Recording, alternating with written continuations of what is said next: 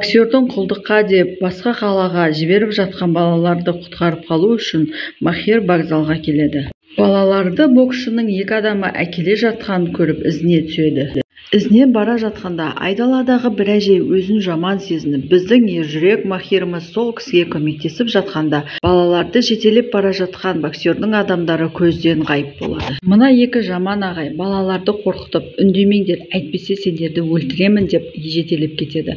Махир іздерінен жүгіріп барып, арлы-бері қарап таппай, ал мыналар болса балаларды сүйреп жетелеп бір вагонға лып етіп кіріп кетеді. Олар қатыгез қанішер адамдар, балаларды ұрып соғамыз, тыныш отырыңдар, оларды одан сайын қорқытады. Арасында ұрып алғанда болу керек, өйткені балалар өте қорқып алған. Махир жүгіріп жүріп вагондарды аралап, балаларды ақыры тауып алады. Вагонға келіп, Махир мына бюрошашқа, сіздер менің вагоныма жайғасып алыпсыңдар, міне менің билетім бар деп бір қағазды көрсеткенде бюрошаш, билетіңе түкіргенім бар, оны бір жеріңе тығып қой деп Махирға айқайлағанда, Махир ана бюрошашты пах-пух деп ұрып салып, билетті аузына тығып, оны лақтырып жібереді. Қарақшылардың екеуін де ұрып жығып, балаларды алып, енді кетіп бара жатқанда, қарақшылардың бірі, сен кімсің, боксер білсе сені тірі қоймайды дегенде, Махир ойланып, менің атым Қараға деп кетіп қалады. Сөйтіп Махир балаларды аман-есен құтқарып, вокзалдан барлығы кетіп қалады. Фарида Назиба күйеуі сөйлесіп отырған жерден орнынан ұшып тұрып, мен Махирді тоқтатамын, оның бұл жоспардан бас тартуы керек екен айтам деп кетіп қалады. Енді машинасына мінейін деп жатқанда Айтеннің бұған қарап тұрғанын байқап, бұл да оған қарайды. Бірақ Айтен ештеңе деместен бұрылып үйіне қарай кетеді. Орхан үйіне келіп, әпкесі екеуі жылап көрседі. Әпкесі оған білген жағдайды білесің ба дегенде Орхан иә дейді. Орхан үйіне келіп, жуынып, сүлгісінің иісін иіскеп, сол баяғы сабынның иісі. Мен осыларды сағындым, үйдің шуын, иісін, өз бөлмемді сағындым дегенде, Илкнұр оны өз бөлмесіне апарады. Өз бөлмесінің есігін ашып, оның иісін иіскейді. Еш нәрсенің өзгермегенін, төсегі баяғы қалпында тұр, төсегінің үстінде жатарда киетін кеудешесі де жатыр екен. Илкнұр шкафты ашып, оның киімдері әлі ілініп тұрғанын көрсетеді.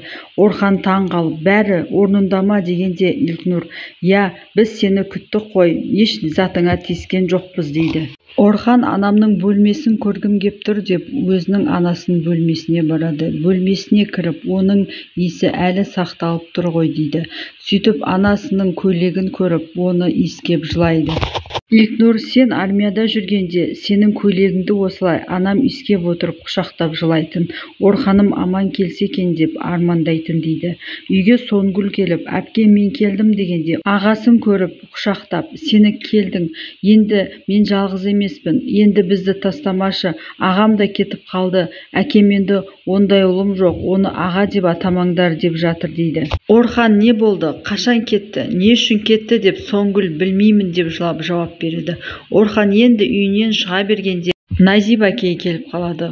Орхан, қайғыңызға ортақпын деп әкесінің қолынан сүйіп, енді кетейін дегенде, әкесі Орханды құшақтап жылайды.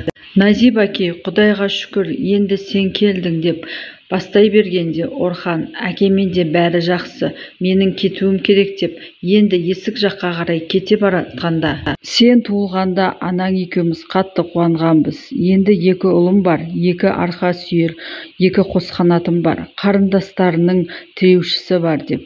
Ал сендер болсаңдар, екеуің де жүрегімді ауыртып, қанатымнан айырдыңдар. Аналарың қайтқанда жүрегім жараланды. Оны кетіп қалғаны жақсы болды. Сендердің мына істеріңді көріп, қайғыдан құса болып өлетін еді дейді Орханға қарап. Орханды бұл сөздер тоқтатпайды, ол бәрібір кетіп қалады. Мына үшеу болса, сол ресторанда, сол столда тағы кездеседі. Мехмет Сайын, сен Махирді түрмеге қаматам дегенің қайда дегенде, Аднан, дәлел айғақтардың болмауына байланысты оны жібере салдық. бірақ енді қолға түссе оны түрмеге қаматамын дейді. Мехмет Сайын Селимге қарап, Махирдің ізінен аңды, оның басқан әр қадамын маған айтып отырасың дейді. Вокзалдан қайтып келіп, бір жерден түсіп қалып, балалар қарнымыз аш дегеннен кейін көшедегі дөнер сатып тұрған жерді көріп, ол жерде дөнер жеп отырған кезде тоже қарнымыз ашып кетті ғой, тамақ жеп алайықшы деп келген Суна мен Фариданы көріп, Махир таңғалып қалады. Фарида бірден Махирға: сен не істеп жүрсің? Ана балалар кім? Сен Жүнейтті өлтірмеген екенсің. Мен барып оны полицияға тапсырамын деп тұрғанда, Ясин мен оның көмекшісі келіп, балаларды өз үйлеріне апарып тастау үшін алып кетеді. Махир Фаридаға: мен солай істеуім керек болды. Сен оны ешкімге айтпа, әйтпесе менің қалған отбасымды да олар қырып салады дейді. Фарида: жарайды, ешкімге айтпа. Сен мені ұмыт дейді Махир Фаридаға. Ал Фарида болса: демімнің тоқтағанша мен сені ұмытпаймын, сенің ізіңнен қалмаймын дейді. Суна мен Фарида үйлеріне жеткенше Махир олардың аман-есен үйіне кіріп кеткенін көріп, өзі бұрылып кетіп қалады. Селим Айтенге: зал толды, барлығы сен үшін келіпті, журналистер де келді дегенде Айтен ойланып қалады. Сахнаға шығып ән айтамын деп Селим оған қуанып, ән айтып жатқанда журналистер оны суретке түсіріп жатады. Белгин казиноға келеді. Казиноны оны Франко Жүсіп пен Хилми күтіп отырған еді. Белгин оларға келіп, ертең шекараның 2 ғана сағатқа ашық болатынын, сол уақытты пайдаланып, олар тезірек қару-жарақты өткеріп алыңдар дейді.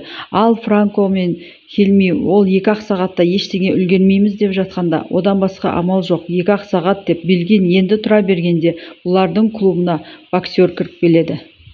Боксер: бұл жерде қараға дегендерің кім? Ол менің адамдарымды ұрып, товарымды алып кетіпті дегенде, ешқайсысы үндемей қалады.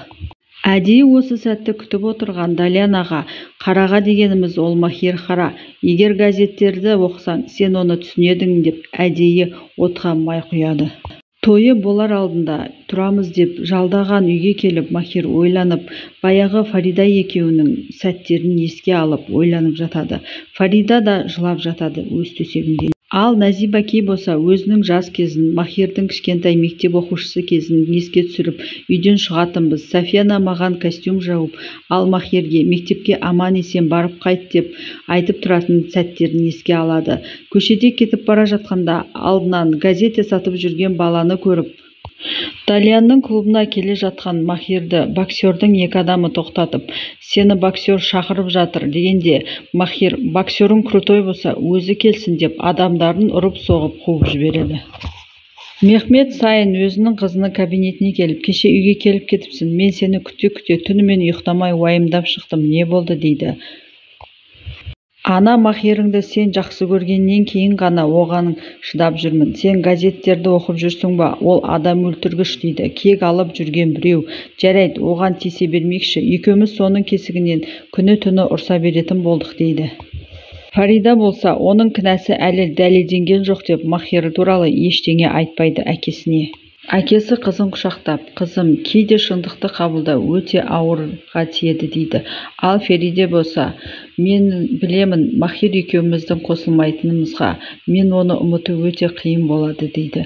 Ал әкесі: бәрі жақсы болады деп екеуі құшақтасады. Ал Кереме ханым өзінің баласын тағы бір көру үшін таксиге отырып, оның үйінің жанына келіп тоқтап қарап тұрады. Үйінен шыққан оның баласы таксиді көріп, такси деп жүгіреді. Ал Кереме ханым таксистке: тез-тез кетейік деп баласын соңғы сәт көріп қалады.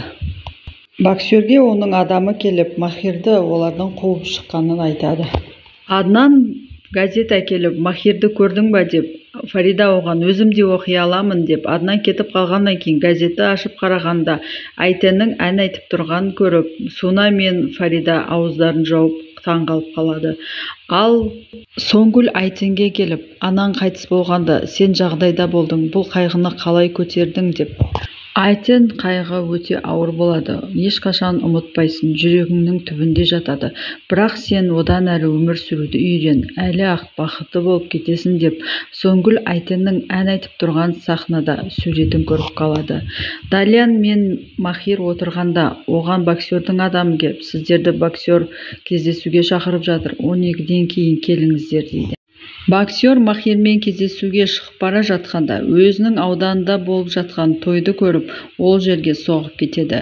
Күйеу жігітті ұрып-соғып, оның қалыңдығын ұрлап, үйіне әкеп зорламақшы болған. Кереме ханым үйде газет оқып отырғанда Мехмет сайын келіп, қызының Махирден айырылғанын, енді Махирда жұмысы жоқ екені туралы жағымды жаңалықпен әйелімен бөліседі.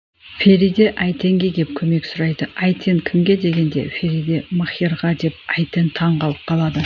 Түнгі 12 болайын деп қалып, Махир мен Далилянаға енді кездесуге бара жатқанда таяқ жеген күйеу жігіт келіп, қарға кім, маған көмектесіңізші, менің әйелімді ұрлап кетті деп Махирдан көмек сұрайды. Хилми қалыңдықты енді зорлайын деп жатқанда Махир кіріп келіп, боксерді әбден ұрып соғады.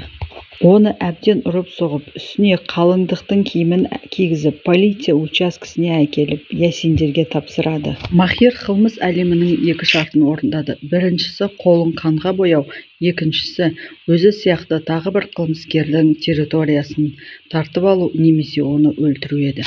Қылмыс әлемінің үшінші шарты қандай? Жалғасын күтіңіздер.